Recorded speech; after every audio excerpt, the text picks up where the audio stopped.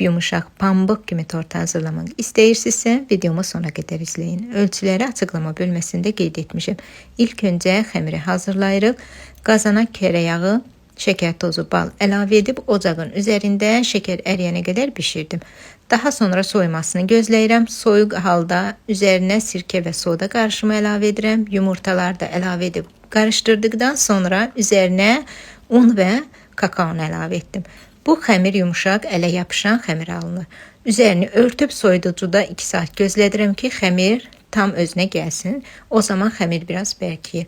Dəzgahın üzərinə yarım stəkan un tökürəm və xəmiri orada toparlayıb kündə hazırlayıram. 7 kündə hazırladım və açıb kündələri səliqəli şəkildə kəsirəm. 180 dərəcədə 4-5 dəqiqə bişirirəm. Yağlı xəmir olduğu üçün tez bişir. Tortun yumuşaqlığı əsasən bu kremdən asılıdır. İndi keçək hazırlama qaydasına. Qeyd etdiyim ərzaqları qazana əlavə edib qarışdıraraq bişirirəm. Qatılaşandan sonra üzərinə şokolad və vanil əlavə etdim. Tam soyuyandan sonra üzərinə krem pendir əlavə edib yaxşıca qarışdırıram. Bu krem tortu yumuşaq eləyir. 1 saat qalmasına baxmayaraq pambıq kimi tort alındı.